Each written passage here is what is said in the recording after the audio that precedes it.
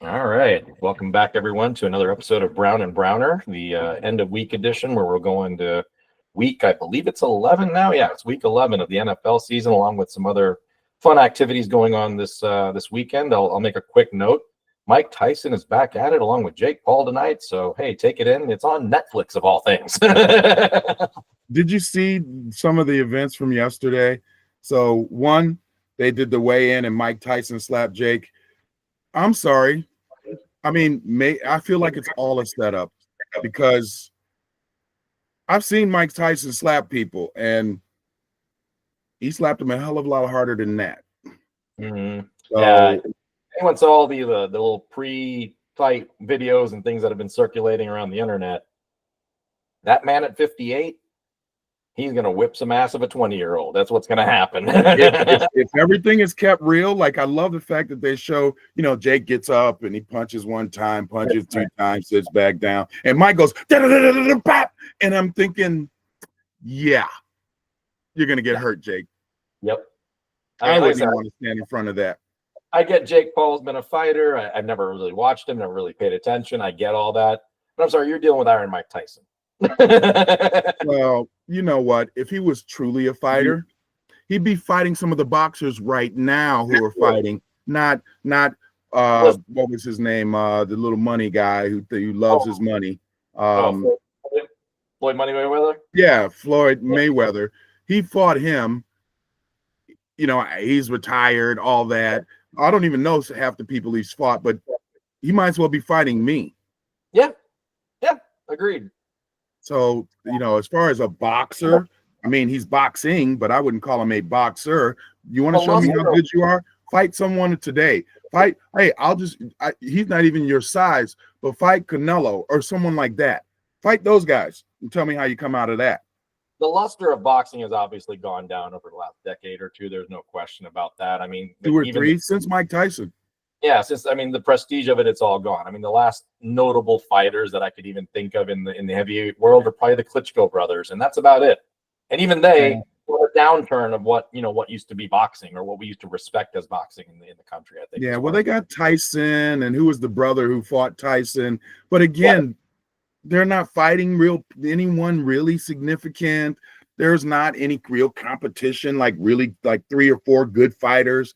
It's gone down the drain. I'd rather watch MMA than boxing any day. 100%. Yep. No, MMA has taken over that whole dynamic and sport and exhilaration. There's no question. Yep. And the fact that the science, the sweet science of it is in MMA now, not in boxing, unfortunately. Agree. Yep. So no, like I said, entertainment for tonight for those who can watch it on Netflix and take in all the money. And I'm sure Jake Paul and Mike Tyson are making money off of it and everything else. And we'll see how it all pans. But at the end of the day, just another, reality TV show as far as I'm concerned. That's what it looks like. Sit out there for entertainment. They already know the outcome. You're just watching it. It's like wrestling, but with gloves on. Yep, pretty much. On that note, we'll get into real sports, which is called the NFL.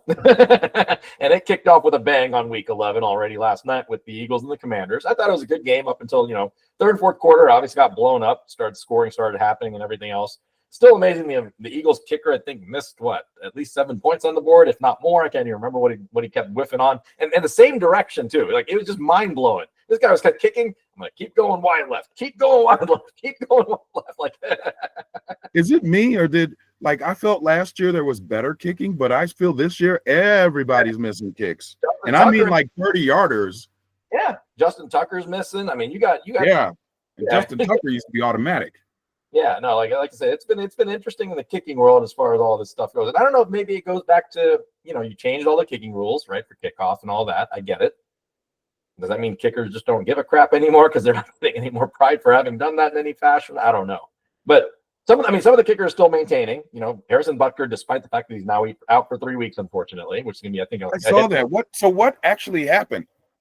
I believe it's I can't remember if it's an ankle or a calf injury. It's one or the other, but either way, 3 weeks IR during a crucial time for the Chiefs, I think, in terms of a run. It'll be interesting to see how that pans. Yeah. And actually, Harrison is another one of those advantages that I feel Kansas City has, because despite what comes out of his mouth and what people may want to think, right or wrong, as far as what he's saying, the guy can kick a football. Dude's money. No, dude's the new money kicker behind, Tucker. I mean, Tucker, I don't know. He's having his own oopsies this year or whatever kind. And I don't know if he's dealing with an injury behind the scenes or not.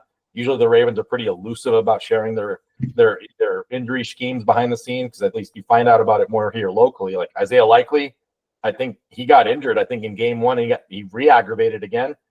Yep. National media isn't talking about it, but I think the dude's done for the year as far as I'm concerned behind the scenes. Yeah, it's a weird thing. Maybe it's just me, but have the rules changed about how you identify injuries and things like that, or are all of the teams now playing sort of coy and acting as if things like I'm still a little pissed about the McCaffrey thing. Week one, they made it sound like he was going to start. He was ready to play. And it took, 9 more weeks before he was ready to play? You knew that. And the guy who replaced him said, I knew on Friday. So that's not fair to the other teams. It's definitely not fair to our fantasy footballers. Yeah, in the last, I think, collective bargaining agreement with the Players Association and everything else, I think from what I understand is they changed, the standard by which you have to announce injuries. That way teams can prepare better. But it also opened up leeway as to what teams can classify as injuries and try to mask or whatever, which, frankly, that's kind of the Patriot rule, if you will. You can't name a time when Patriots didn't have everybody listed as questionable walking into different weeks, and then all of a sudden maybe game time starts or whatever it is. I mean, that's exactly what happened in week one with the 49ers, who gamed that perfectly, where everybody thought, hey, Christian McCaffrey, good to go. And then all of a sudden, not until game time did they say, hey, our big number one dog is not going to be playing. And little do we know, he's out for 10 weeks plus now, going out. And the funny part is the post-game interview after game one, when you interview Jordan Mason's asked, hey, when did you know you were going to start? Blatantly, ESPN, all over the news, says, oh, I knew on Friday. I'm sorry, but the injury report's supposed to be published on Friday and then again on Saturday for the Monday night games. And guess what? You lied through your teeth, 49ers. Exactly. And they're not the only team. And the betting public. Well, they're not the only team. And don't get me wrong. I mean, the game is the game, right? And everything else peripherally is, I get it. They should be able to the game should be first and betting and all of that. Yeah. But you can't tell me that the NFL and Vegas, the betting don't have a relationship. And I would venture a guess that if this continues, somebody's going to have some conversations behind closed doors like, hold on a minute, we're losing a lot of money because we have lines established on the fact that people are supposed to be playing because you have an injury report and they're not on it. And now we're finding not only are they injured, but they're going to be injured for weeks, but teams are not telling the truth. We're getting burned because of it. Yep. Let's have a talk. Yeah. No, I mean, and the converse argument to that is like Amari Cooper last week. So he was a game time scratch. I get it, injury and all that. I think even going into this, a questionable designation, but that's all valid and it's on the up and up. So for a fact, like even whether you're a betting public or not, or even the team playing him, he could be playing. Simple. And that's fair to everyone. But in the case of the 49ers, that was just shady altogether. Shady to everyone. Shady to even I forget the week one opponent, but shady to their week one opponent at the end of the day. And that's the thing. They had all summer. Yep. And I remember when I drafted him first, because I had the first pick, I looked and it said McCaffrey is trending, going to be playing, blah, blah, blah, blah, blah. Yep. It'd be one thing if he came in week 2 or week 3, but you can't tell me that this was so serious that he actually had to be out 9-10 weeks, but you thought he was going to start week 1. Well, and I'm gonna put a little indictment here. Maybe this stokes a little fire. Hey, Adam Schefter, you're supposed to be that insider guy for the ESPN that breaks all the news and shit like that. But guess what? You didn't do it about McCaffrey. Was there little inside behind dealings there that kind of hid that truth from the rest of the public? Because guess what? You're the first one to break every other piece of news that's out there in the world, including Tom Brady. Even before Tom Brady was going to retire, you said you retired him. Let's face facts. Right. Schefter, you're slipping. Where are you at? Yep. So, like I said, the collusion idea, I think it exists, and it needs to change. That's the problem at the end of the day for everyone. And like he's just said, the main focus being on the opposing team. That's just it's disrespectful. I think is the best word. It's disrespectful to the game. Yep, I would agree with that. So, there needs to be some integrity to it, because If you're trying to, scheme to where you can get teams to pretend, to practice against a pretend player who's not going to be there, but they think there's going to be their quarterback, receiver, running back. It's a whole different scheme. So then you come out and surprise them. Oh, you know what? 45 minutes before game time on Sunday, he's not going to be playing. Yep. No. So, but that game was a good game. And I think people are going to have to get off Sirianni. They're going to have to get off the Eagles. Every week you hear this crap about the sky is falling and he should be fired. And what is he? And he's going against the fans. And don't get me wrong. Some of his actions have been questionable. Yeah. But what is his job? To coach a football team. How well, and granted, the Eagles fell off last year. They lost 2 games this year, but I swear every week the sky was falling until the last couple of games, and now they're 8-2, and people are like, "Oh well, they're Super Bowl contenders again." Well, I call it a product of Philly, and like I said, I've never lived there. I appreciate the fans from there and all that. Think about since the year 2000, or I forget the year that they won with Foles, but since that time, if you look at all Philly sports, I'll make this a grander interpretation. So the Phillies picked up Bryce Harper, so everybody thought, everything's coming their way, the World Series. The Flyers picked up some great draft picks and some great players. They thought everything was going to come that way. And they had a good run. The Flyers were actually playing really well, but when it came playoff time, they weren't. Every single one of them, but there was a fun little, I forget, it's probably a meme that I saw online, but it was a picture of a guy placing futures bets on each of the respective sports that I just mentioned, including the 76ers, because obviously the process that you had to trust with Embiid. Everybody put a bet in that Philly was going to win a title within 5 years in every single one of those respective sports. So there was this bar already set in the eyes of every Philly sports fan that you could possibly think of for every single sport, respectively, that I just mentioned. Well, guess what? No titles for the 76ers. No titles for the Phillies. No titles for the Flyers. And guess what? No repeat title for the Eagles after the Foles miracle. So the pressure is going to fall on someone like a Sirianni or whoever's next, basically in Philly sports, unfortunately, where if you don't win every single game and you fall off even once, guess what? Sky's falling, unfortunately. Yeah, it's so unrealistic. And I get it as a fan. And I have to remind all the guys who used to play, sports with ball and such. The Bears are going to be so great. We got Caleb. We got rid of Justin. Ooh, and it's like, it's still the Bears. Oh, well, the Bulls, boy, they look good this year. It's still the Bulls. Yep. The first part of the name should bring reservation. Yeah, exactly. Chicago. It's not the Bears. It's Chicago Bears. It's the think Chicago about it. The Cubs, I'm not a Cubs fan. I'm a Cardinal fan. I get that I'm the enemy. The Cubs really shouldn't have won that World Series. If you think about it, your closer was destined to blow that game. I almost felt like he was paid off because the Cubs were going to win the game, and Madden, in his infinite wisdom, thought, you know what? I need to put my imprint on this game. So let me put the reliever in a couple of innings too early. Let me do this. Let me do that. Let me see if we can lose this. And of all of the people who in my opinion, who saved the Cubs and saved Madden, it was Hayward, who was like the worst player on the team during the playoffs, but he had the presence of mind to sit everyone down. And also, I don't know how I believe what I believe, but there was some divine intervention there. It rained. Yeah. It rained. If it doesn't rain, they were falling. They looked like how they looked like against the Florida Marlins after the Bartman incident. They were, oh my God, we're going to lose again. That's how they were playing. Yep. So, we didn't deserve it. And the White Sox, if you think about it, they waited 100 years to win too. They won with a team of, I don't even know if anybody of those people are still in the league, rookie kind of players. They were all young guys who nobody even figured could win anything. There were 2 people I remember from that team. One, because I respect the pitcher, Mark Burley, awesome guy. Yep, Mark Burley, correct. And Ozzie Guillen, the most comical manager on the planet. And you saw there was no follow-up. Did they even make the playoffs after that? Nope. The Cubs had a monster team that could have been dynastic, short dynasty. They didn't win again. Yeah. Well, that's Chicago. That goes back to Chicago and what we've talked about. And shame on all owners who are so cheap that they refuse to try to win, and all they care about is the bottom line, and they keep repeating the cycle over and over and over. Jets, How can you be Yes. bad for so long? Browns, how can you be Yep. bad for so long? Bears, we Yep. know how you can be bad for so long because you fire a coach every 2 years, get a new quarterback, and the quarterback is confused because you want them to speak Chinese 1 year, Spanish the next year, German the next year. And you expect them to be able to do that with no issue as far as being able to, the competition level and how they would perform. More accurately, from English to Canadian, French to now Eberflus, Swedish. Yeah, German. Eberflus. Isn't that a language? It's sure as hell not a coach.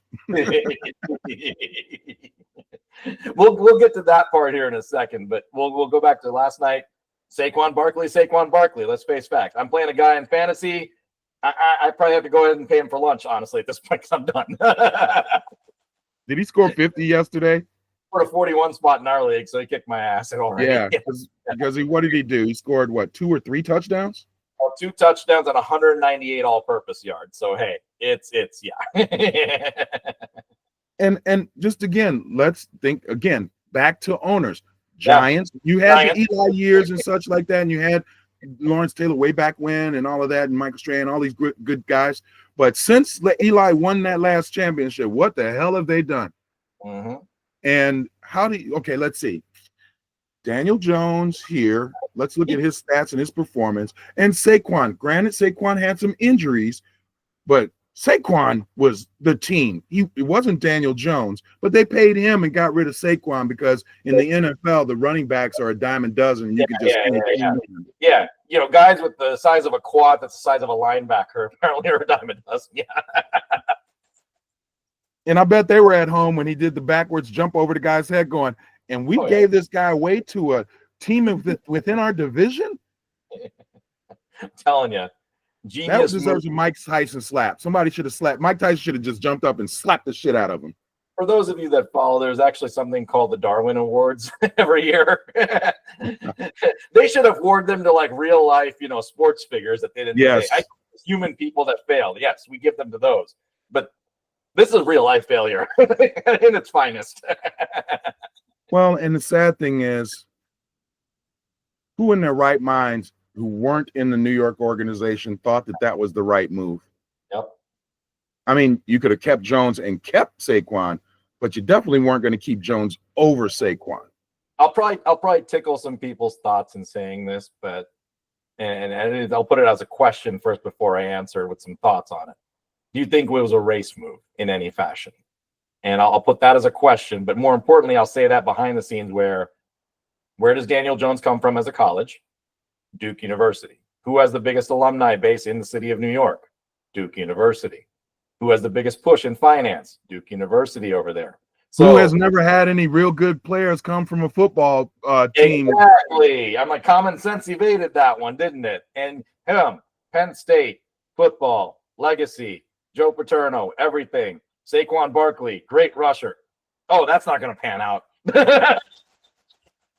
We'll just get Joe Blow, and he'll do just as well in our system. All I'm saying. Yeah, it's ridiculous. But no, salute to Saquon, carried the team last night, did what he needed to do. I feel like Jalen Hurts is still playing hurt somehow because he just doesn't look the same. I mean, he's getting the ball out long, but something's wrong with the guy. I just don't know. He doesn't. I don't know, but I'll say this. Everybody was, jumping out of windows. Oh, my God, Philly can't win, and, they're horrible. Get rid of Sirianni. Something to note. When they didn't have their best receiver, who is also one of the best receivers in the league, they were like 1-2. Since he's come back, they haven't lost. Yep. Key piece. And I want to say that because we'll talk about San Francisco and those other teams. That's the same thing with them too. Yep. People just think, oh my God, the teams are bad. No, the teams have been playing injured. Yep. But once everybody gets healthy, we know who the best teams in the league are. Absolutely. 100% agree. Yep. Washington is still going to be a good team, by the way. Oh, yeah. Nothing against that game. Yeah. They're young. Yeah. They're still. I give them a year. They're going to be in the trenches with that. At the end of the day, I mean, you had an X factor on the field. His name was Saquon Barkley. Simple as that. And they'll learn. They're going to learn quickly because they're going to make the playoffs. Yes. And they're going to get some of that well-needed experience that will carry you to the next season. And now you understand what is required for you to be able to play at a certain level that's needed to be able to win in the NFL. So Some they're going to do some well. some degree of also credit given to the Eagles defensive coordinator because he did a great job of shadowing Terry McLaurin all game. Terry had one look in the first half, no catches, and not until the second half did he actually even have a catch. So you took away Jaden Daniels' best weapon and did a great job isolating that. And to where I think at some point in the third quarter, maybe I was listening to the commentators, all of his balls had either gone to only tight ends or running backs. Tight ends and running backs. That's exactly right. Huge. And you see how much of an impact that was. That was the lowest scoring output that they've had this season. Yep. So for all of those people, and I'm probably just as guilty as everyone else, who talked about the Phillies defense and that they couldn't stop anybody, well, there have been a few games. Granted, New Orleans isn't a great team now, but when they played them back then, they were a great team. They were 2-0 or whatever, and they held them to like under 10 points or whatever. So Philly's defense is there, and I think having Riddick finally in the fold is going to help solidify that. And you'll don't be surprised to see them run the table and be, 15-2 or 13-4, something like that. No, at this point, given their division and everything else, they're honestly going to be looking for that home field advantage at this point, especially against a team like the Niners, who who there could be potentially battling down the road. Yep. That said, let's delve into the 1 o'clockers. The biggest game I think this weekend: Ravens Steelers. Outside of the Chiefs Bills, selfishly. I was gonna say I don't know if that's the biggest game for me, but I do think, and I heard this earlier, but I've always thought this: when you're in those division games, they're way tougher than any of the other games you play, and the Steelers have always seemed to figure out how to beat the Ravens, even when they obviously had less talent on the field. Yep. No, absolutely. And that's what makes it so intriguing. And the fact that it's in Pittsburgh, I'm going with the Steelers on this one because I think the defense is going to shine for the Steelers against that Ravens offense. I mean, the Ravens offense has shown its dynamicism in the last 2 weeks. Don't get me wrong. King Henry's King Henry. Lamar's getting the ball out. Lamar's running. Everything's hitting the way it should. But like you just said, division game, different way. This is a deep in the trenches type rivalry where everybody's low scoring and the grinded out team wins. Mike Tomlin seems to take that battle. Simple enough. I don't disagree with that logic, but I think my pick is going to be the Ravens.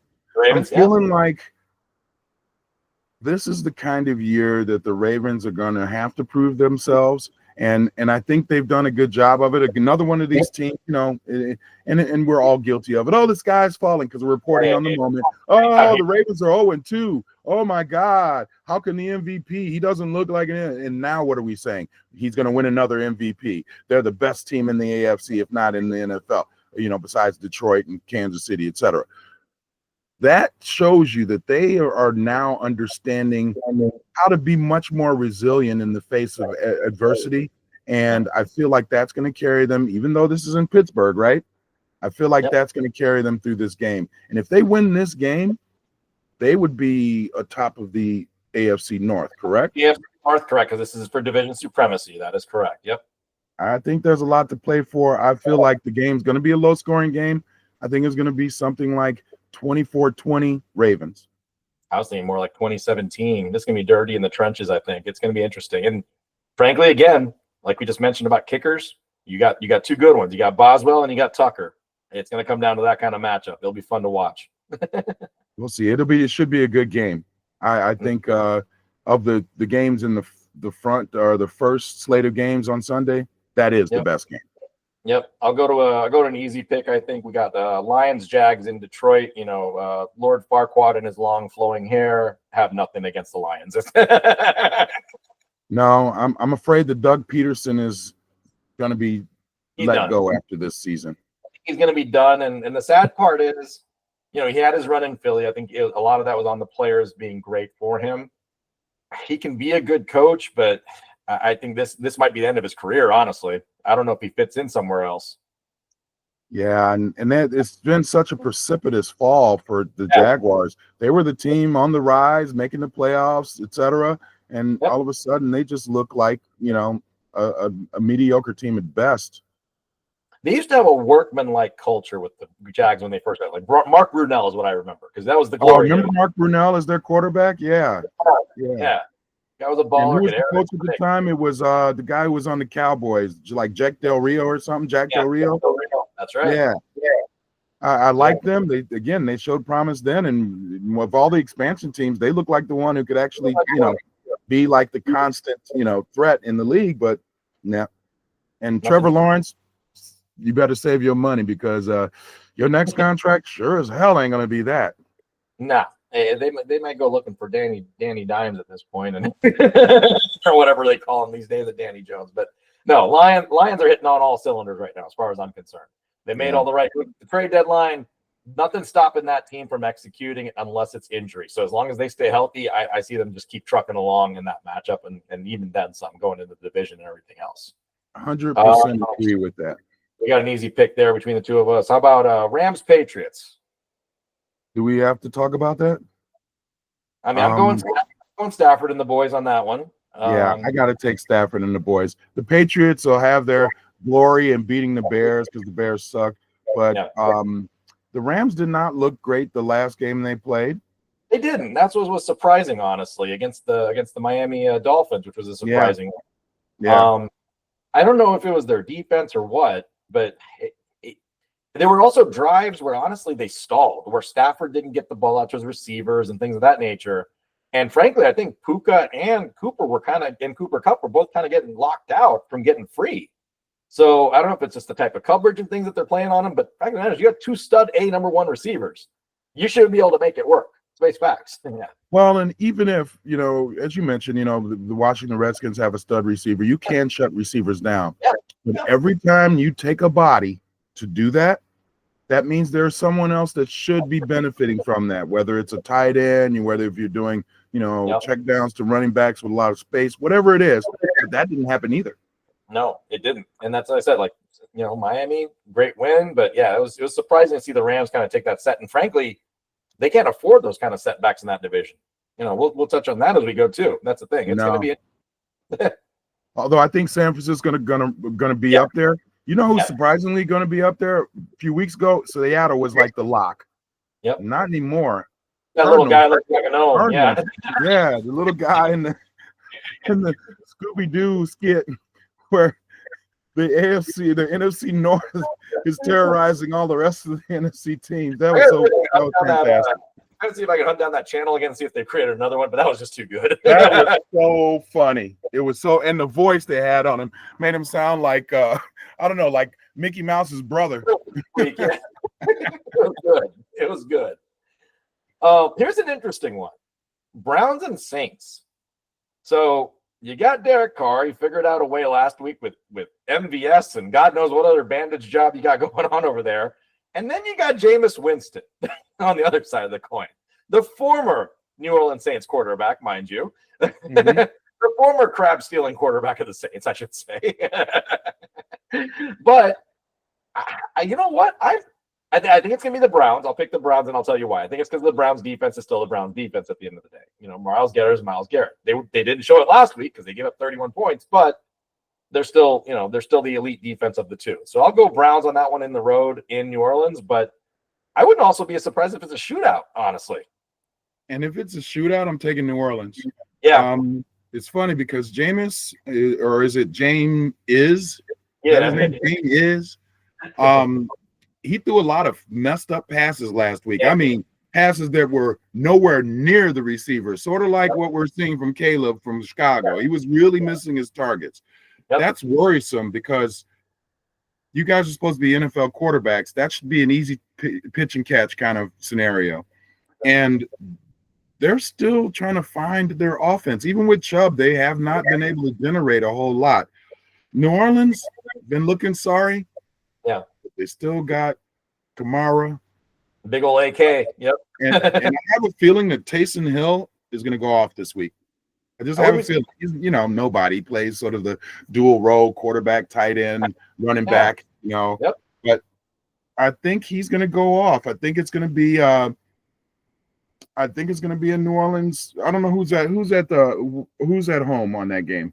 It's New Orleans at home in the Dome. So then I got New Orleans for sure.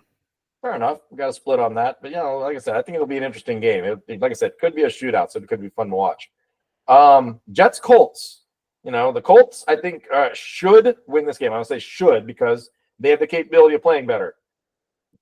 I mean, the Jets suck, but we keep talking about them. That's what's frustrating because we hold. They got a good defense.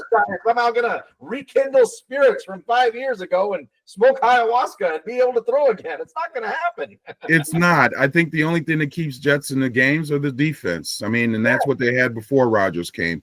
I feel like even though I think Indianapolis will win, they've gone back now to Richardson. I've heard. That is interesting. That's bad for the psyche. Let's face facts. Well, it's not only bad for the psyche, I think it's bad for the team because I'm on defense. I got to believe in my offense to feel like I'm going to give 100% of that effort. Not saying that you shouldn't, but I'm just saying how people think, how defensive players are. If I see that my offense is in disarray and you constantly are flipping in quarterbacks back and forth and we're losing while you do it, sort of hard to feel like my 100% is what I want to give each time since you're not giving me 100% on the other side of the ball. Now you got to think Jonathan Taylor's got the same thing in his mind too, right? At the end of the day. So yeah, no, it's weird how they've tried to play that off in Indianapolis. I don't get it. It doesn't work to what the team is. I mean, I hate to say it, they don't have star power across that team. They got good players. They don't have star power. So I don't know who the leader is in that locker room. Couldn't figure it out. Couldn't tell you. But at the end of the day, that also falls on the head coach to create stability, which they have not, unfortunately. Yeah. I mean, the switching of quarterbacks. Richardson is out. Flacco is in. He'll be our quarterback for the rest of the year. Yeah, 1 week later, Flacco is out. Richardson is in. He'll be our quarterback for the rest of the year. No kidding. So we'll see. I'd like to see how that game's going to turn out. All right, I'm curious about a couple of games myself. Dolphins, Raiders, not great teams, but the Dolphins, again, I called that injury, and the fact that Tua was out, they looked like Pop Warner kids out there. He couldn't score 10 points. But now that Tua's back, they sort of look a little better. Yep, I agree. And I feel like the Raiders are just trying to get the number 1 draft pick at this point. They're in disarray at this point. I think they may as well just flush the season down the toilet, go for the draft pick, let your new ownership, Mr. Brady, have some say. Figure out something. Don't let that. I'm coming out of retirement. I'm coming out of retirement again. Right. It could happen. It'd be scary. You know what? Right. I'll give him a better shot than I do Rodgers. That's for sure. 100%. He's proven it. He's proven it. No question. Let's get to the interesting game of 1 o'clock. Packers-Bears. No. Before we get to Packers-Bears, I wanted to clean the slate of the other stuff because we're going to talk about it. Okay. So Vikings-Titans, not a game. Vikings should win that one easily. I don't care if it's in Tennessee. I don't care if it was in Siberia. Vikings win that game. Yep. Agreed. All right. Wait, do we have any more? We got that one. We got that one. We got that one. Okay. So this is the last one of the slate, right? Yep. Someone said to me last night, "Oh, what do you think of the Bears? Ooh, the Bears-Packers rivalry is going to be a rivalry." That 2 teams are actually playing and both of them are winning from time to time. But if I'm kicking your ass every day, every time we get together, is that a rivalry? Last time I checked, they call Soldier Field Aaron Rodgers Stadium or Green Bay Packerville or something. Yeah. This is my house. And they still didn't beat him. They didn't beat him. So, I'm sorry. I would have run him. I would have trucked his ass right when he did that. I've taken the 15-yard penalty and even an ejection. I would have trucked him. You don't come in my house and disrespect me. As a Bears player, you probably would have earned yourself a 10-year contract by doing that, actually. I hate to say it. Well, but the sad thing is we don't have that kind of mentality here. We don't have, remember when Terrell Owens went on the Star and tried to do that? He got trucked. That's what you're supposed to do. Don't tell me up in my house that you're going to disrespect me. You can step outside my house and disrespect, but you can't do that up in here. Yep. No, but the Bears don't have enough heart. Yep. They don't have enough coaching, direction, want, drive, talent to ever beat Green Bay. I don't care who they have, who they put on the field. I don't care who the quarterback is. The Bears just don't seem to beat them. Period. Welcome to Jordan Love Field as of 2024. Well, what's funny is Green Bay looks sort of shaky. No, not to say that. Yeah, like I said, the only reason it sounded entertaining in my eyes is because, frankly, the Packers have not been stable. I mean, week one onward, injury, I get all that. Love's back. Love is definitely not 100%. We can obviously tell from the way that he's playing. There's no question. Yep. Is there anything else in Green Bay that can prop it up other than their running back? No, and that's the thing. You guys still got to get the ball out to your receivers. You have a good receiver core, all that. Packers defense still doesn't impress me. Will never impress me because they don't have anything else on that side of the ball either. It's getting better, but not to the elite level that you have to win that division. At the end of the day, I'm going to go Packers, but honestly, I would not leave it out of the realm of surprise that this is a very close game, comes down to a field goal, and maybe the Bears have a chance to win it. That's very nice of you. But I don't see it that way. Definitely don't see it. Between Jacobs running them over, Green Bay still has enough weapons to spread out the defense. I don't feel like our secondary is top notch. And I'm sorry, the person who helped bring this season to where it is, Stevenson, shouldn't even be me. I don't care how well you play. If you're out there acting a fool to the detriment of our team, which it exactly was, and the free fall happened right after that. Yep. You got to go because I can't trust you on the field. There's nothing more important in team sports than me trusting you. I know you got my back, and I know I got your back.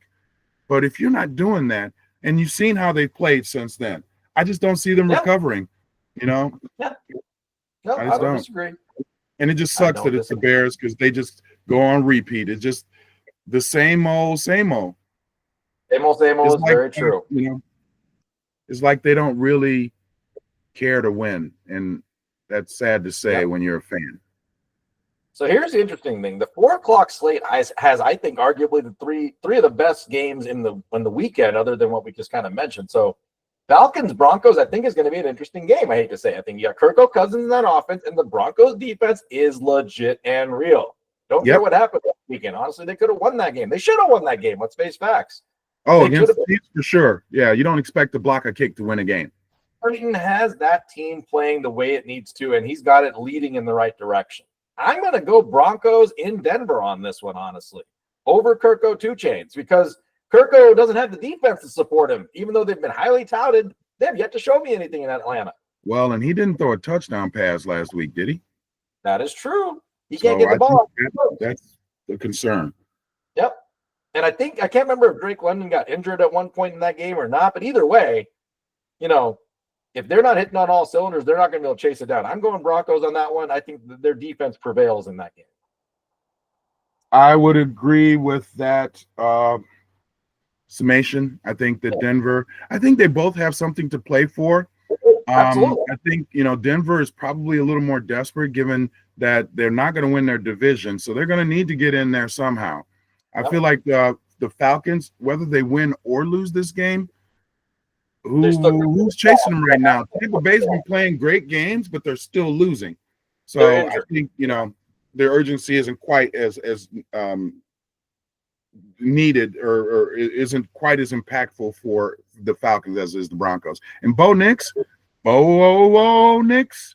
don't sleep on him. The dude, of all the rookie quarterbacks, people expected Jaden and Caleb to perform like that. I don't think people expected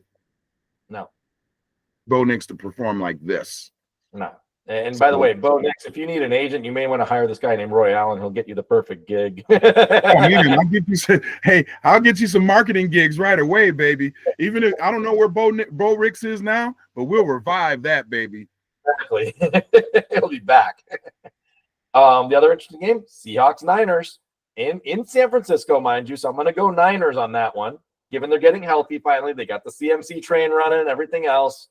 I'm going to go Niners. But you know what? The Seahawks, that's another team that's kind of an enigma. Like Geno started good, hasn't gotten rhythm like he did last year. Hasn't got that offense trucking like it was, where he was getting the ball out to these guys, like the Lockett's, the Metcalfs, everything else. And frankly, I don't think they've made good use of that running game yet. In and Seattle. They got some good. You got Walker and you got that Carbonneau, whatever. Those two guys can run, and they run with conviction. Like you make you afraid to tackle them. Yep, agreed. So I don't know. It's something weird going on with Seattle where I just can't figure out them getting a steady pattern of performance. I got to go with Niners in San Francisco, though. And how do you go against the Niners? I think Yeah. we're going to start seeing why the Niners are the Niners. They're perennial contenders for the Super Bowl. They are going to win 10 to 12 to 13 games every year because they've got Debo and Kittle, and McCaffrey wasn't even there the first 10 weeks. People forget that. Oh my God, the San Francisco looks up. No, they don't. They had Debo out for a couple games. They had Kittle out. Jennings is hurt, but yet they still find ways to win. Yeah, I'm going to give you a footprint there, or a little, I guess, footprint or whatever you want to call it. So you got an organization that built the right culture because it rebuilt itself over the last 10 years or so, right, with the 49ers, to where they got to a point where they didn't have to go with the top 5 quarterbacks in the league to make that system work, if you think about it. Mm-hmm. You had a run of the Garoppolos, you had this guy, the Purdy's, before that you had the Kaepernicks, whatever it was. And even before that was, God, I forgot the guy who used to sling the ball all over the place, but I'll think of the name there in a second.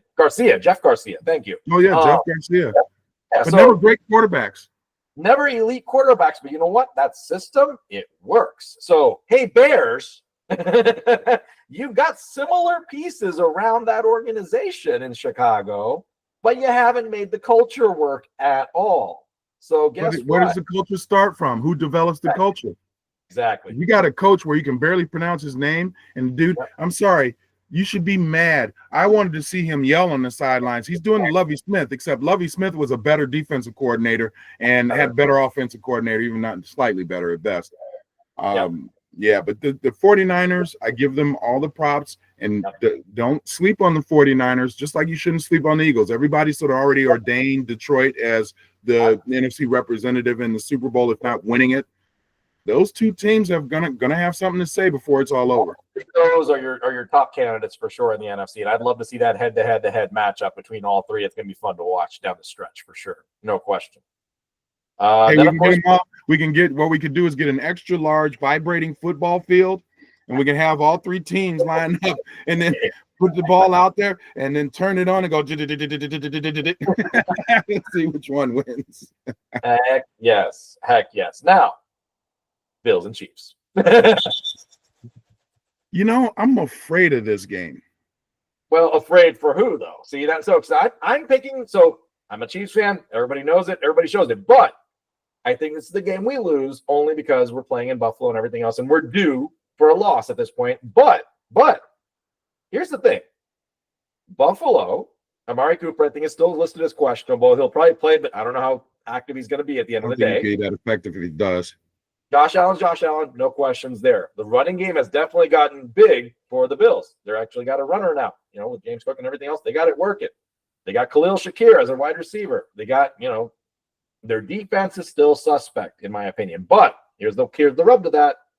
KC offense is suspect still, even despite its uptick, relatively speaking, over the last couple of weeks where you've gotten Kelsey involved, you got D-Hop playing, all that, and you got Kareem Hunt. We still haven't shown a splash in the pan where we can put up 30 points. And I think it's going to take 30 points to beat the Bills. I would sort of say, yeah, so that's the model. Yeah. But I would have to say this. Kansas City has changed how they're playing offense. 100%. They are running the ball much more. They're much more conservative. You're not seeing the downfield strikes. But they're also controlling the ball and the clock. Yes. And I think that might bode well in Buffalo because Josh Allen isn't going to have the same number of possessions he's used to having to pull off, what he needs to pull off. Sure. And if Kansas City can be plotting like that, but effective from a outcomes or output standpoint, score 3 here, score 7 here, score 3 here, score 7 there. I scored 20 points, but you only had 6 possessions this game. And how many points did you score on those possessions? And I feel like that's how Kansas City's playing right now. I'm afraid because Josh Allen is people, I remember when he first came in the league, they thought he was a bust. Oh, yeah. He's probably one of the top 3 quarterbacks in the league. And we already know Lamar and Mahomes are already, ordained as the top 2. Yeah. So, I think Josh Allen can beat you with his legs. He's a decent passer. Sometimes he gets a little erratic. makes bad decisions. But this scares me only because when it counted before, the only reason Kansas City won was a miracle. What, 17 seconds, 11 seconds? Josh 13 to be exact. I said 13 to be exact. 13-second miracle plus last year, unfortunately, came down to Mr. Bass and that missed field goal in Buffalo. And sound familiar? I was just watching the 30 for 30 about Buffalo and the four misses. Telling you, if there's ever a organization that you could say might be cursed from reaching that next plateau, it might be the Bills. I think at some point they'll overcome it. I just don't know when. I think in the regular season, they're more apt to do it, which is why I think the Bills will probably win this game just because. But here's our little X factor, and I haven't looked at the injury report for today. I know Pacheco's still out, and he's practicing, so that's a good sign for us long term. Yep. Is Charles Omenihu playing? And that's what I want to know. Because if Omenihu's playing, I'm going Chiefs. No question. Yeah. And I'll tell you why. That dude is a game wrecker when he's healthy, and guess who he helps? Brother Chris Jones. And they're a great combo. You need that in today's game because otherwise they can double and triple team Chris. But if you got a threat on the other side of the ball, on the other side of the line, you got to respect that. Think about Omenihu's stat line when he was actually healthy during a season, which has been his problem his whole career. 11 games, 6 sacks, 20 tackles for pressures in that time. The dude is a game wrecker if he can get healthy, and obviously he had his PED issue as well. Different story. That's hilarious. But if you can pair another guy with Chris Jones against Josh Allen's going to be scrambling all day, and that's where you play spy with our more than talented linebackers, including Leo Special K, baby, Special K. Hit him up. I like to call him white chocolate at this point because dude's just a badass. You know who white chocolate was in another sport, don't you? Which one? You talking about Jason Williams? Jason Williams. I saw someone, man. Yeah. That dude was smooth. He was smooth and creamy. And, I remember, when you growing up, especially back in that time, there weren't a lot of white guys on the basketball court that could play like that. Jason could play like that. If there's anything I remember during his era, he was white chocolate on the NBA court. But even before then, he was the And One mixtape, if you recall. Oh, he was the professor before the professor. Like the professor. Yeah, he was. He was that guy. He was doing all sorts of things that other ball players wish they could do. They do. Telling you. Gotta love it. But I'm with you too. If we have our players healthy, I can't go against Kansas City. Period. I can't. I won't. I'm just gonna call out the Chiefs Nation real quick. You heard this man over here say he was a Chiefs fan, but we need to lose. And I don't disagree with that concept. Not to Buffalo. Yeah, well, fair.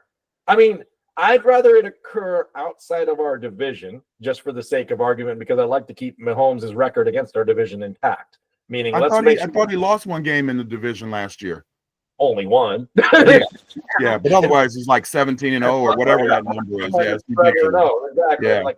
Yeah. So, like I said, I think they're gonna have to take a loss before the playoffs. I almost want it to selfishly be this one, so they come back with a vengeance against the Bills if they have to play them in the playoffs. But all things said, if everything plays out like it should, we should be a 1 seed, and the Ravens and Bills will have to deal with that on the other side of the bracket, hopefully. That's true. That's true. And I'm with you. I think sometimes it's dangerous because you start falling victim to your own hype. Right. So you win, and you just start thinking you're going to win and you're going to get away with all of these things. And that can hurt you in the playoffs. So I'm with you on the idea of it would be nice to get humbled in the regular season. So it sort of reinvigorates the whole idea of we need to work hard because these things aren't given. Yeah. Here's my beef with the Chiefs long run. Because we've been playing such close games this whole season, we've had to keep the full extent of our starters in, our A1 lineups in, everything else toward the end of the games. I wish the offense would get more efficient and put a little bit more of a tally on the board before the fourth quarter so that we could rest some of these guys in this next stretch, leading into the playoffs. Because at some point it wears on you. Every team will tell you that throughout the course of history in the NFL. where you need that little break here and there. And unfortunately, the Chiefs had an early bye week this year too, which I'm not a big fan of that. I wish it was later in the year. So to that degree, that's where I wish we would either get the offense humming a little bit more, put up 20, 30 points, get the defense to get a little rest, because we are a bend don't break defense, mind you. We're not the shutdown defense. We're not the Ravens from way back in 20 years ago, but we will contain and play for basically turnovers. We are the turnover kings right now, if you think about it. I think the thing, I agree with you. I think the thing the Chiefs need to get away from is, I was going to look it up. I didn't get a chance to see all of it, but how many points have they scored in the first half? How many times have they scored on their opening drive? Yeah. You need to set the tone in the game and not reacting, but being, the one driving it. And I feel like, yes, it's great. We got Mahomes. We figure out ways to win, but we don't need to be in those situations. And just wait until we do hit that one team that decides they are going to score 30 on us, and they do. Are we going to win those games? Well, we're about to go in. Like I said, we got the Bills this week. I believe during Christmas we play the Steelers, right? So we're going to play some defensive teams here down the stretch, including the Chargers. The Chargers in the division are still there. Chargers have a good defense. We still got to play Denver at Denver, mind you. Mm-hmm. We got to play Mile High. So we're going to be playing some tough defenses here down the stretch. So we got to figure out a way to get this offense humming a little bit more efficiently so that it takes the pressure off the defense the entire time. I 100% agree, because you can't expect the defense to save the day, and I'm with you as well. If we can have a game or two where we're actually blowing a team out, we can give our defensive players a blow so they can be ready for the rest of the season in the playoffs. Yep. I'd like to get to the point where if our record is sitting somewhere near perfect or close or whatever it is by the time Christmas time comes. Apparently, not Christmas, Thanksgiving. We play the Panthers during Thanksgiving in Charlotte. I don't know who scheduled that one. I thought you just said we play the Steelers. Steelers are Christmas. Sorry, Steelers are Christmas. Oh, Christmas. Day. You did say that. You did say Christmas. Yeah. Christmas Day at Pittsburgh, which will be a great game to watch, by the way. And yes, I can't wait for that one. But Thanksgiving, we play the Panthers. Maybe we rest some starters then or something. How do the Panthers get and I understand you're trying to highlight every NFL team, but how do they get a primetime spot on Thanksgiving? Sorry, it's not a Thanksgiving game, it's a Thanksgiving weekend game. Let me rephrase that. So got it. Okay. On that note, let me look forward real quick, because there was some kind of embarrassment about Christmas Day. Okay, so Christmas Day, I think you might see a stretch of blowouts. So you got the Bears-Lions, you got Giants-Cowboys, which I don't know if many people want to really watch. You know what? I'm picking the Giants in that game. I'll tell you right now. So am I. Hey, I'm picking it too. And then Dolphins-Packers. Where is the Dolphins-Packers? It's in Green Bay. Oh, because if it was in Miami, I would take the Dolphins. Yeah, no, it's in Green Bay, so I think that one will be fine. So it'll be interesting. I stand corrected again. Maybe I haven't been looking properly at my schedule. Raiders-Chiefs, Friday night, November 29th, so the day after Thanksgiving. Raiders-Chiefs in Kansas City. Sorry. As bad as the Raiders are, they sort of played. We beat them by 7 last time. The Raiders played Kansas City hard. Yeah, it'll be a game. So I was mistaken. The Chiefs-Panthers is actually next week on the 26th. Or 24th, sorry, 24th. Okay. Yeah, so they play them before Thanksgiving, yeah. Well, we got a couple more games to talk about, and I think honestly, one of the last 2 games could ruin one of the team's playoff hopes. Agreed. 100%. If Cincinnati doesn't beat the Chargers, they're done. Stick a fork in them, it's done. Yep, agreed. The Chargers are playing well, but if they happen to lose against the Cincinnati Bengals, now remember the AFC North, if the Bengals can run the table, if they can get a few games going, I still don't think they're going to make the playoffs, but it's a possibility. But you got the Steelers and you got the Ravens, right? Well, yeah. No, I think this one's really going to be for playoff hopes going down the stretch, because if the Chargers win, they're in a great position. They're 7-3, right behind the Chiefs, honestly, in the standing, along with the Broncos and everything else. And it's actually a good division in terms of records, if you look at it from that perspective. Mm-hmm. That said, the Bengals fall off if they lose. If they win, they're back in the thick of it all together, because they'll have a one-up on the Chargers as a tiebreaker down the stretch. They'll be back in their division. Everything's said and done. So it'll be a great Sunday night game in that respect. It's in LA, not San Diego. It's in LA. I don't know if they've ever even seen a head like a home field advantage there, because it's really not even their stadium. It really belongs to the Rams. Let's face That facts. dual stadium thing is something, you know. Joe Burr is due for a flashy game with his chinchilla coat, if you think about it. He's the guy that steps up for a primetime game, right? All the time that we see. He's been, honestly, the last few weeks, he's been the best quarterback. People have been sleeping. Joe's been playing well. Even though they're losing, he's been playing hell of the games. Gets T. Higgins back this week. So I'm going to go back. Are you sure that's true? Because I have him on one of my squads, and they're still showing him as questionable. Showing him as questionable. I mean, I haven't bought into his injury at all this season. I think he's just being a holdout to be a holdout because he didn't get his contract or whatever the hell it is at the end of the day. I think he's just playing pissed off. Now, even if he's on the field, T. Higgins is on the field, I don't think he's going to get used much because it's the Jamar Chase show. Let's face facts. Yeah. That dude balling. Yeah, Jamar Chase is definitely the lead singer of that group. Yes, sir. He is the man. And like I said, Joe Burr is playing lights out right now in terms of playing great. He's playing great. So I'm going to go Bengals on a surprise there. The Chargers, their defense, for as elite as it is in terms of names, has not played A-level defense yet, in my opinion. You're a tough critic. Yeah, I'm a tough critic. I mean, I think they've done pretty well. I don't know what their actual rank is defensively, but I can look that up. I do feel like when you look at how they've played, the defense is complementing the offense, and the offense looked really stagnant at the beginning of the year, but I feel like they've started to hit their stride as far as being able to use these new weapons that they have and getting away from the idea of Keenan Allen and Mike Williams and the running back's name's escaping me right now, who's on the red. They're not having to rely on, Herbert trying to put up a 500-yard game. They can run. They can run now hard. That's they're running the ball effectively enough, and their defense is stout enough to be able to keep teams off the board. So we'll see what happens. Last and definitely least, Texans Cowboys. This one's for the crown of Texas, the state. Unfortunately, the Texans have been looking putrid the last couple of weeks, ever since they've lost Nico Collins and Diggs and everything else. Injuries have killed that vibe, if you will, in that offense. Cowgirls are the Cowgirls. And now they're going, I think they're still running with Cooper Rush. I could be wrong. Is that right? Is it Cooper Rush? I wasn't sure because they put Trey, what is his name? Lance. They put Trevor Lance in there. Trey Lance. Trey Lance, yeah. They put him in towards the end of the game.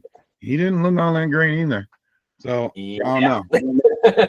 Like I said, either way, they're playing in, that stadium that's got sunshine in it. And, it'll be nighttime, but there'll still be sunshine somewhere. So, we're going Texans. I got to take Texans. I think they're going through a funny lull. Yep. But I feel like they can. This will get them back. The Chargers are like, they're ranked 16th, so they're middle of the pack when it comes to defense. Yeah. Fair. I mean, Joe Burr did carve up a couple defenses, though. You got to give him. Wait, hold up. That was 2023. Oh, yeah. Chargers are number one here. Points Statistically, allowed 116. They haven't allowed a team to score 20 yet this year. So this is a test for Joe. Interesting.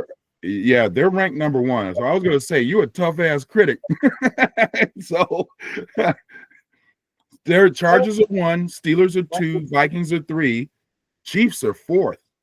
Yeah, well, let me think about the turnovers. Think about the turnovers we put together, and think about how low we've kept games. I mean, it's a testament. Well, and the big thing is, I don't know. They don't have that stat here list readily available. When teams get into the red zone against the Chiefs, they score field goals. And that's how you win games. You leave that 7 off the board. Yep. Those games, you're going to win those. Dallas, I don't want to talk about Dallas. Fuck them. The Texans, I think that Stroud is still Stroud. They still got enough weapons there to be able to do good. Joe Mixon is revived being in Houston. And the fact that this is the war of Texas, and if you'd have told me at the beginning of the season that this game was going to be meaningful, I would have said, hell yeah. But it isn't. Nope. And I think the Dallas team, to be honest, I think they're more than just in disarray. I think they're disheartened. I think they don't want to play ball. They're not, last year they were talking smack and everybody was up and giddy. What are they doing now? You see any of that now? I'm going to make a change for the rest of the year, and I'm just going to refer to them as the football team from Dallas instead of even the Cowboys. You really don't respect the name anymore. You claim to be America's team. You ain't. You ain't been for 30 years. You ain't going to be for the next 30 if your owner stays alive. And they're not even the best team in Texas. Nope, they are not. Indeed. So, that would be the Texas Longhorns, sir. That's actually true right now. Somewhat. There's a lot of people in the SEC that would argue with me. I would say that much. Yeah, I'm not sure what I think about that. I mean, that's the slate of the NFL games. Quite frankly, right now, unless some teams actually wake up, it's going to be, I'm not sure of the three-headed monster in the NFC. Detroit has been crowned, but the other teams know how to win. Detroit still is trying to recover from losing to San Francisco when they had them in the chokehold last season in the playoffs. So we'll see how that all works out. But I don't see anybody beating the Chiefs right now. I don't care how many games they lose from here on out. I do not see anyone beating the Chiefs because the specter of Mahomes has got them all in a daze. So think about this run. Let's say we take out the Bills this week. You got Panthers next week. You got the Raiders on Thanksgiving week. You got, looks like the Chargers in Kansas City, mind you. Then you've got the Browns. That should be a win in Cleveland. Then you got the Texans. So that kind of gets interesting the week before Thanksgiving if the Texans are on a resurgence, hopefully. Mm-hmm. And then during Christmas, you got the Steelers, which I think will be the premier game leading into the playoff push, basically. And then week 18, you got the Broncos. There is a very, very, very slight chance we could go undefeated. I could see it happening. Just given that stretch I just told you, there is nothing superfluously elite about any of the teams we're playing right now. But there aren't walkovers. But they weren't walkovers. I mean, you got Denver, you got. Did you say Chargers? You got the Steelers. You got the Raiders. They're not walkovers. Division. It's going to be the division. That's going to be where the matchups lie. Right. And then that Steeler matchup. That's really where it's at right now. So if Mahomes continues to be Mahomes and own the division, this will get proven, obviously, because now you're playing some great defenses in the division with the Chargers and the Broncos. There's always a rivalry game with the Raiders, no matter what. I don't care who's no matter what. Ball. Yep, and that goes back to when I was born. Every man on the other side of the ball in the Raiders and Max Crosby that always wants to decapitate Mahomes. And it will happen one of these days, unfortunately. Hope not. We need to get that guy on our team. We need him. We need to take him from the Raiders and bring him over to the Chiefs. That's what we need. Can you imagine him and Chris Jones? What's that? Can you imagine him and Chris Jones? That's a scary combination. It should be some really good games this weekend. I'm looking forward to it. I'm actually looking forward to maybe putting down a 5-team parlay and actually winning this week. I'm looking at some things out here. It'll be interesting to see. I think I'll have to kind of look at some lines and things, but I think there's some good wagering to be made this weekend for sure. Don't sleep on college football on the side. Saturday, it's going to pick up. The SEC's getting better and better. And I don't know if you saw the college football playoff, picture right now. Georgia's on the outs. They're ranked 12th. I thought it was 12 teams, though. They're ranked 12, but they're the last team out because of the way the seeding dynamic works. So the general rule for the CFP now is basically you get the 5 power conferences get the seed in, then the 5th independent, or not independent, but the non-power 5, basically, whoever's the most powerful there. So right now, you've got an interesting race all over the place. Obviously, the SEC is the big dog where it's got like 4 teams in and all that. But on that outskirt of the SEC teams is Georgia as the last man in or last man out because of the depth of the SEC. Now, obviously, that's going to all play out because they have to play each other and all that stuff. So time will fix that. But as far as the other ones go, here's the one notable that was completely left off the board, which I'm kind of pissed off because by historical convention, you should be allowing an undefeated team in, and that's the Army. I agree with that. Yep. I totally agree with that. They don't make up their schedule Exactly. most part. And they're beating everybody, and they actually look good. And Army's always got that running game where they could run for like 400 yards a game. Yes, sir. Yep. And I would love to see that against any Power 5 team. And I think people would pay to see that in a playoff situation where you've got an undefeated. I don't care who you are. It could be Navy one year, Army one year, whatever it is. You've got to put undefeated teams in. I don't care what the rules are. I agree. I totally agree with that. I don't care what the other rules are relating to the big power conference. You can't shut out teams that are undefeated. And that was sort of some of the argument. I think it was UCF a couple of years ago. And actually, wasn't it either Florida State or Miami had that argument because they were undefeated, but yet they weren't even ranked in the top 4 to be able to be in the playoffs or something. That's BS. If I don't lose, you can't ding me. I get the strength of schedule and blah, blah, blah. But you're dinging me for winning. Because I didn't win against teams I don't play.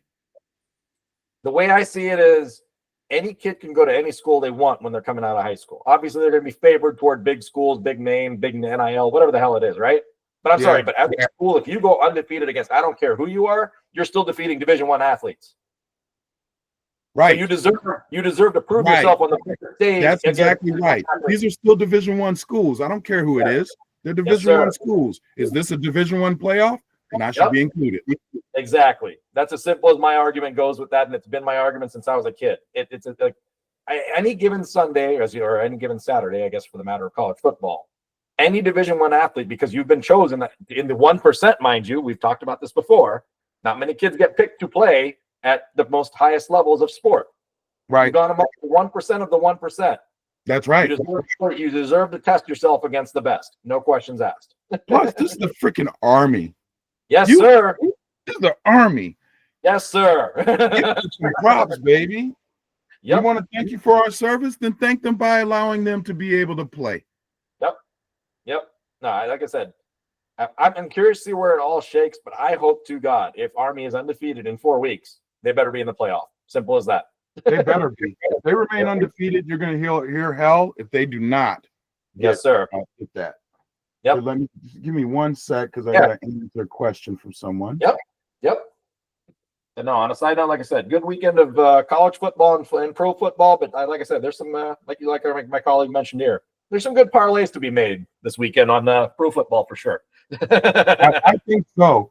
I mean, some of these games, I don't know how many are upset worthy, but I think you can come up with a few of them, especially with the point spreads. Throw a couple of teams in there. You can make some money. If we've learned anything this year, there are no gimmies in pro football this year. Every Sunday there's always been a wacky game here or two. So if you can choose it right, hey, more power to you and a little coin in your pocket. Wait, hold on 1 sec.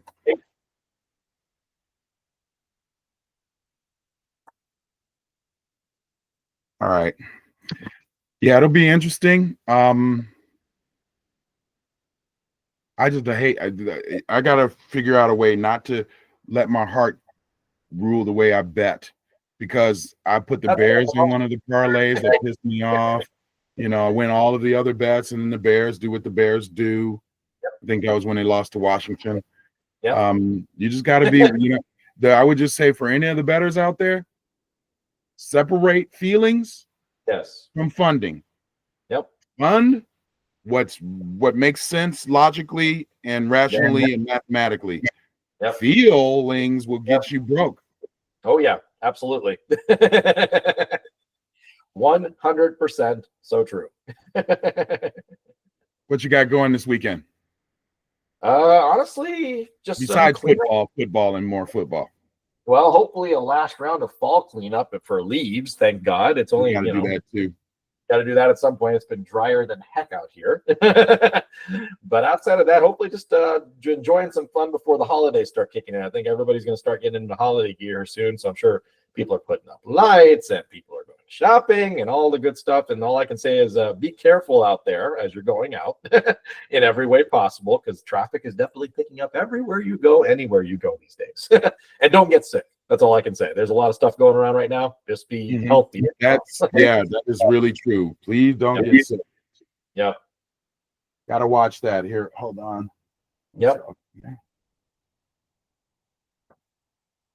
On that note, I'm gonna call this a wrap.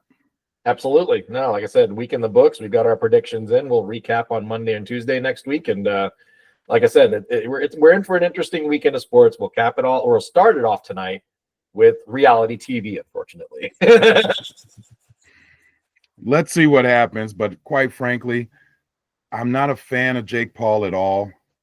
I'm And going for I'd the old love to see him get his ass whooped by a 58-year-old man who is not like your typical 58-year-old man. But how dare you step in the ring and try to front off boxing by boxing a bunch of tomato real cans? fight. Yeah, Yes, get a real fighter in there. And Mike Tyson is real. And the dude is real. I don't care if he's 58 years old. He do the treat you like Mitch Green, even at 58. Exactly. I can't remember who the guy is that he knocked out in, what was it, 50 some odd seconds, but I'm kind of hoping for that tonight. I sort of don't want that only because I've been a victim of the Mike Tyson pay-per-view, less than one round. So I'll cap this with our audience here. It's not pay-per-view, it's Netflix. So yet you are paying for a service. Don't get me wrong. Don't get me wrong.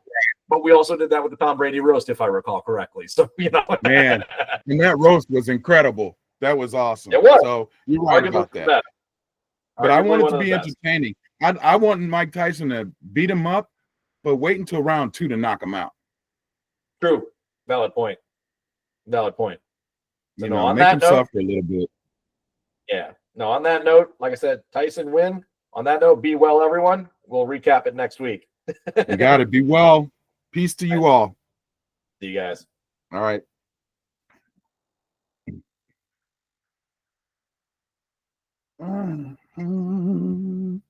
Yeah.